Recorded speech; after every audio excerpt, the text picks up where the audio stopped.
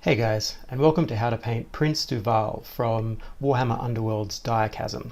So today I wanted to go through the process of painting this up, utilizing the various techniques that I've shown on the channel, from my painting a pale skin on a Soulblight vampire to the more recent one of painting a blue-green blend on Armour on a Soulblight vampire as well, which I'll leave links in the down there for those, and also in the hobby chat on where I paint a Wight with the cape with that blue-green blend as well, because we're going to be doing a bit of that on this model, but we're going to be exploring some other concepts too. So if I'm really good, I'll just put the pale skin video up in the top right hand corner here, which should go up now. And then in a second I'll put the blue-green Armour blend one, just in case you want to see those independently of this video. This one's going to be a more inclusive one where we're going to do a lot of those techniques, and we're going to be looking at building up from a slightly different base. So just recently I posted a video on my thoughts on the new Nurgle book for AOS, and in that I painted a Maghin model where we begun the build-up of paint using blue and green, and then came in over the top with various colors, and particularly on the metals I was doing brass and so on, but had that nice blue-green tinge underneath. So I want to try to explore that some more and do that again, and do it in a video where we can actually have a look at that. And then on top of that, as I've been doing a lot of color glazing into metals, which you'll see on the channel, into flesh tones and so on, like we're going to do in this video. But what I've noticed is that Citadel shade colors, which is what I've been using, actually react with water as you dilute them, and the older the shade color gets, the more this reaction happens. Basically it leaves a white residue on the model, and that can be very frustrating when you've got to clean it up. So it doesn't happen so much when you have a new pot, but when you have an old one, it starts to happen more. So if you're getting this problem, the way you fix that is actually the product that they sell, Games Workshop sells, which is the Lamia Medium. So you're meant to add that. So I'll see if I've got some here.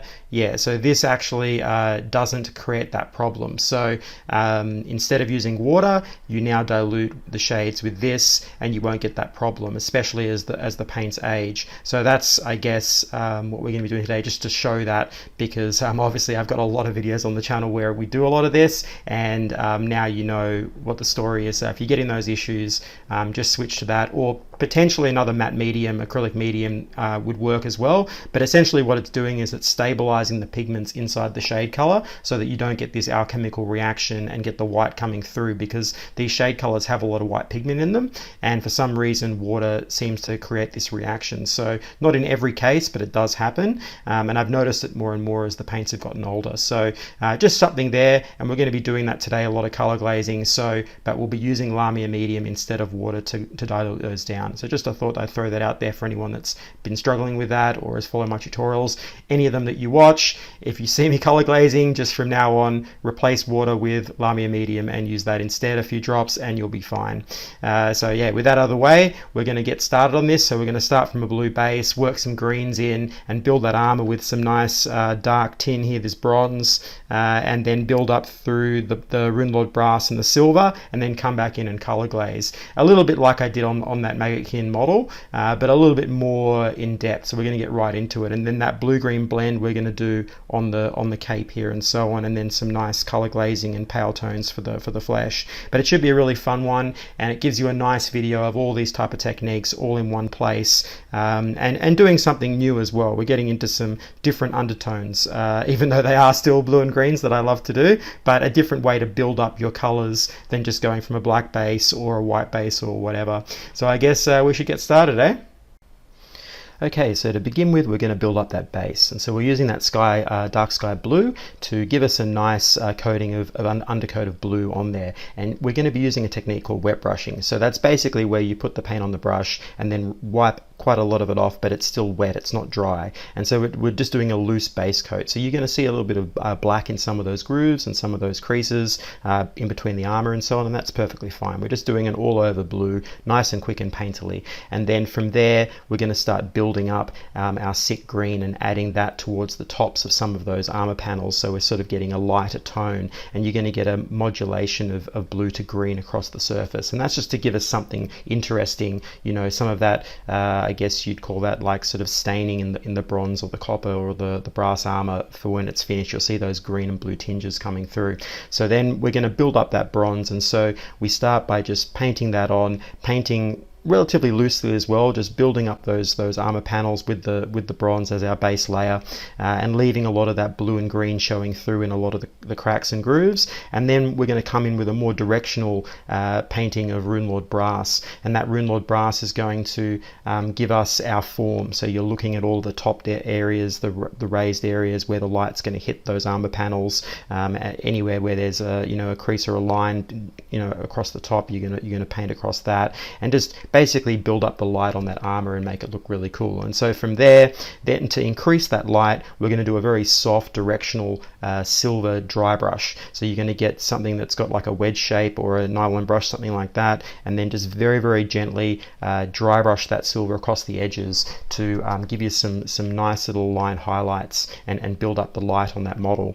And that's going to get us a long way to finish for that armor. So we've got some good tonality between brass, blue, green, and silver. And then finally, you'll come in with your fine detail brush and highlight some of the key areas around the face, around the top area of the armor, across the knee and the leg, just line edge highlighting that in so that you're getting a nice sharp hard line, and you've got some soft highlights, so you get some modulation between those. And then finally, we're going to move on to that sword, and you'll be painting lead belcher and then up into silver as you're seeing me do, and then coming in with your brown ink wash and black ink wash mixed with water to give that nice oily black staining towards the base of the sword. And then after all that's dry, we come in with our silver again, and you're going to do little nicks and scratches and little line edge highlights down the edge of that sword, just to make it more interesting. It's an old sword, it's a vampire sword, so we want to see a bit of age on it. And then once all that's kind of complete, that's going to prepare us for our color glazing step in a moment. But first we want to just get that base done. So we're going to come in with our neutral greys, the Necromancer cloak, the ones that I always use if you see on the channel, and we're going to go through and we're going to build that base up. So I start off with the Necromancer cloak, just again like a loose wet brush, just base coating that. Doesn't matter if there's a bit of black left in any of the grooves, that's great, but just an all over kind of coverage. And then you're building up through your dry brushing stages through each of those greys, building up slowly to pick out those highlights. Now you'll notice that I'm not cleaning the dry brush each time, I'm just going to the next color, and that's important because we don't want to add too much moisture to that brush. So you just build up, and so that'll mean that the final highlight where I'm using white, that's actually going to be more of a grey. It's not going to come out as white on the edges. And then finally, I'm mixing in my brown and green shade colors with some Lamia medium to create our little wash glazes into the base to get some nice browns and greens and variances across that base. So that also then implies some of the colors that you're going to see on the model. So we're harmonizing those two elements together. So now we're moving into the fun part of this process. So we're going to be doing that color glazing into that armor. So one of the first steps is you want to set up your palette, get your magenta, your purple and your blue ready, and I'm using Lamia medium here to thin down those glazes. We're wanting it very, very transparent, so not too heavy on the pigment, and we're just going to very gently go in and just add that nice gradient of color into all of those armor panels. Anywhere where the two armor panels meet, you're going to just drag that color into those areas and build up those reds to purples to blues across all of the armor. And that's really just an aesthetic choice. You're going to choose the amount that you want to add, and you're just going to build that in and just keep doing layers of that. Wipe off the paint off your brush and use a damp clean brush to feather it out if you need to get rid of any watermark staining, and you're just building up that nice soft gradient of color across the surface to get you interesting differences to that blue and green undertone and the brass. And then finally just a little bit of repainting out all of the other elements, the details, the cape and so on with black.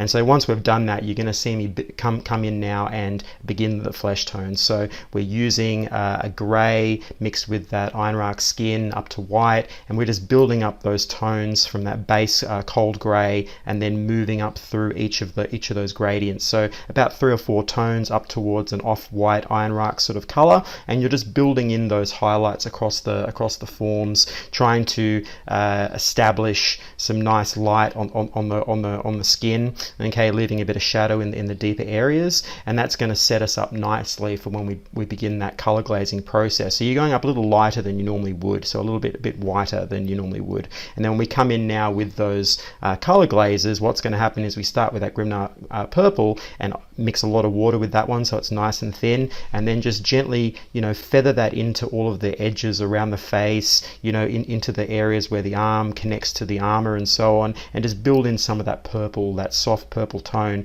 to start to bring that flesh to life, and that's going to give us a nice base. So now we're not just having this monochromatic look, we've got some purples in there, we've got some we've established some color, okay, and now we're going to go back in and do the color glazing steps like we've done with the armor. We're using that magenta, purple, blue, but also yellow at the end. So we're going to build in through those magentas and just slowly add that in. So why would you do the Grimnar purple and the magenta? They both look very similar. Well, the shade color's got a lot of pigment in it, and it's going to help to enrich that red, and so you can do that around the eyes and so on. More of a very placed version of glazing. You know, you're just adding it to areas where you want to see a little bit of color change from the tops, but you're not really washing it over the whole surface as you're watching me do.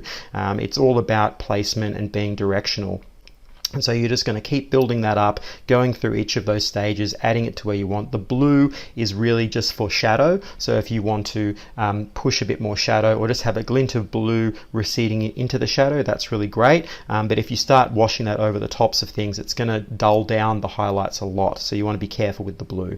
And then finally, we come in with the yellow. And the yellow is a really important feature. So the yellow is actually going now onto the highlighted areas. So you're going to be very careful. Lots of Lamia medium in there.